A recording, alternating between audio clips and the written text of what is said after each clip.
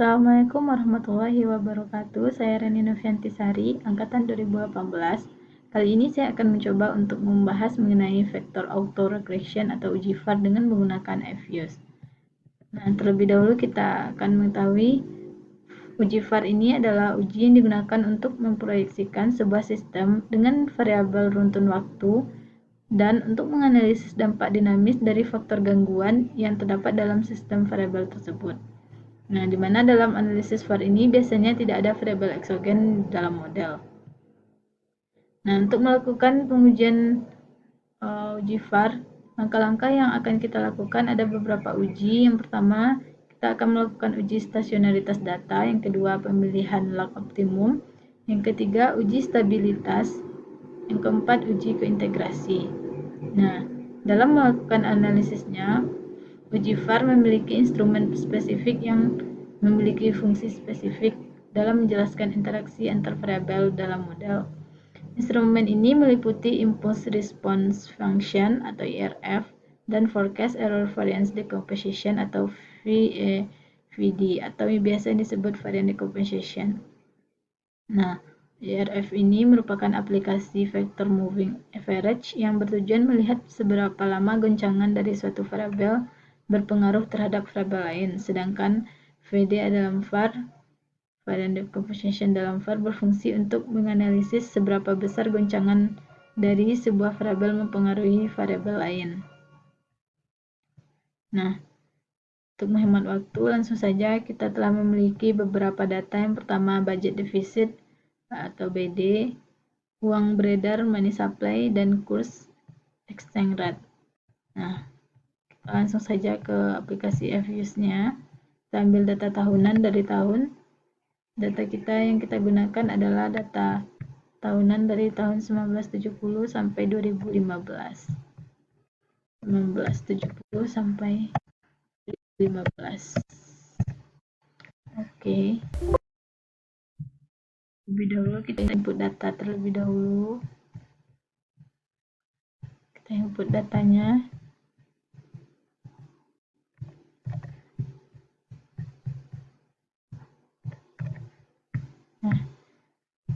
Nah, uji yang pertama kali kita lakukan adalah uji stasionaritas data.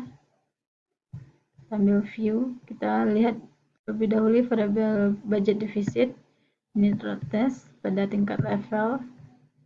Nah, di mana tingkat level ini probabilitasnya lebih dari 0,05, sehingga variabel yang kita gunakan tidak stasioner. Untuk memudahkan, kita lihat secara bersama-sama group. Nah, kita lihat unit load test.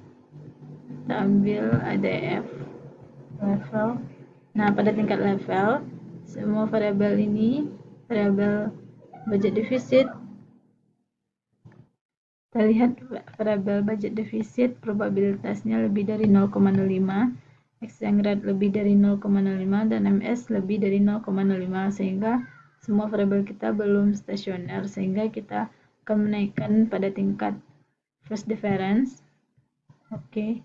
Nah, pada tingkat phase difference, semua variabel yang kita gunakan probabilitasnya sudah kecil dari 0,05, sehingga probabilitas secara keseluruhannya data yang kita gunakan sudah stasioner pada tingkat phase difference.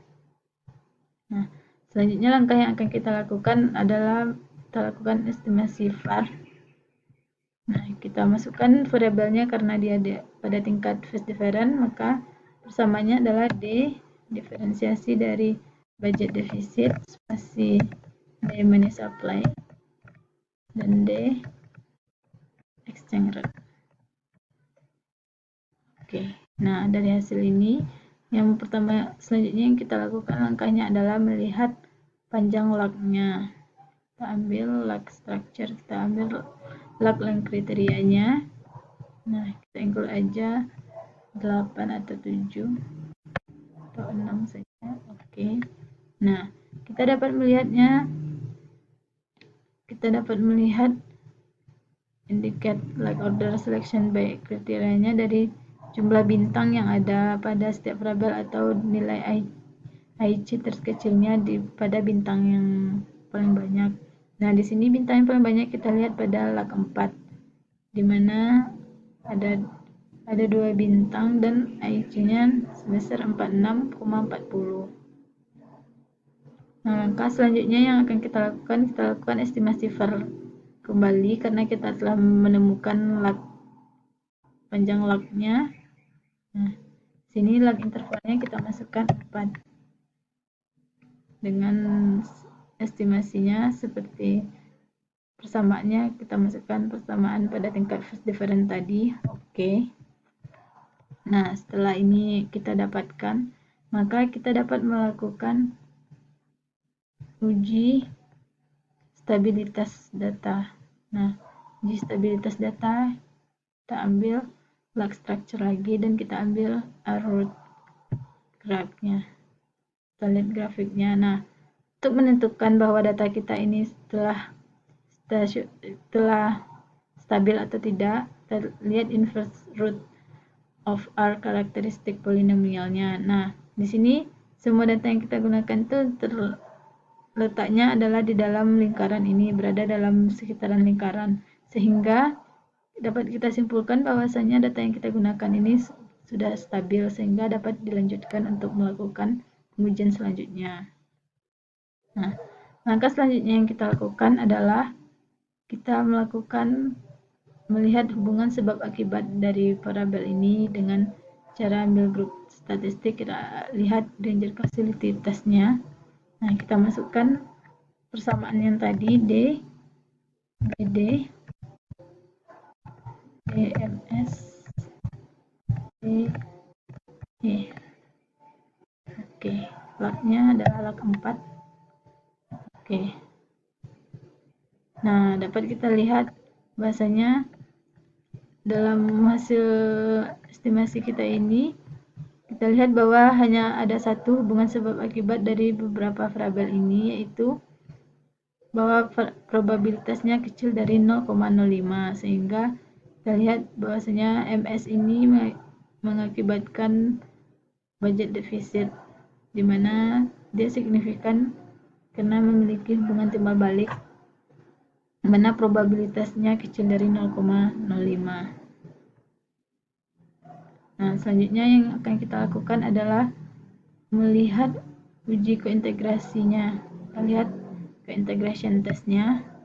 Oke, nah sini kita ambil lag intervalnya adalah pada lag 4. Oke.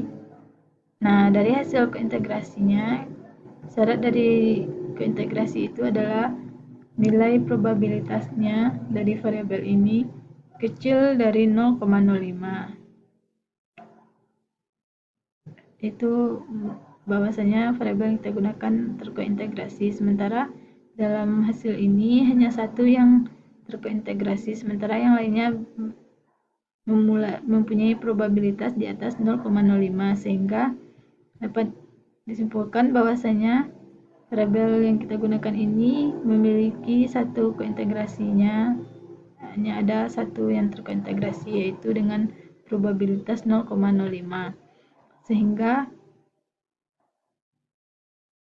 pengujian yang kita lakukan, kita lanjutkan dengan pengujian VECM karena ada salah satu dari variabel ini yang terkointegrasi, maka kita lanjutkan dengan uji VECM.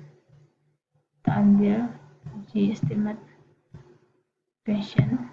Nah, kita masukkan kembali estimasinya BD, DMS,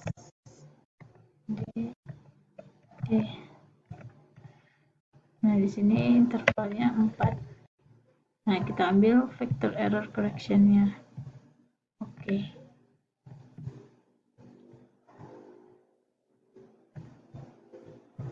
Nah, dari hasil vector error correction modelnya, kita lihat bahwasanya ini adalah hasilnya. Di sini dapat kita lihat Nah, di sini kita telah mendapatkan hasil dari vector error correction-nya. Nah, kita lihat hasil dari VECM-nya. Di sini R-square-nya meningkat menjadi 83%. Nah, selanjutnya yang akan kita lakukan adalah kita melihat impuls responnya, yaitu kita ambil aja multiply graphs-nya. Oke. Nah, sini kita dapat melihat hasil multiply graph-nya. Nah, di sini kita lihat bahwa respon dari BD terhadap BD, di mana responnya terhadap dirinya sendiri yaitu memiliki grafik yang fluktuatif. Nah, kita lihat ini pada periode kedua.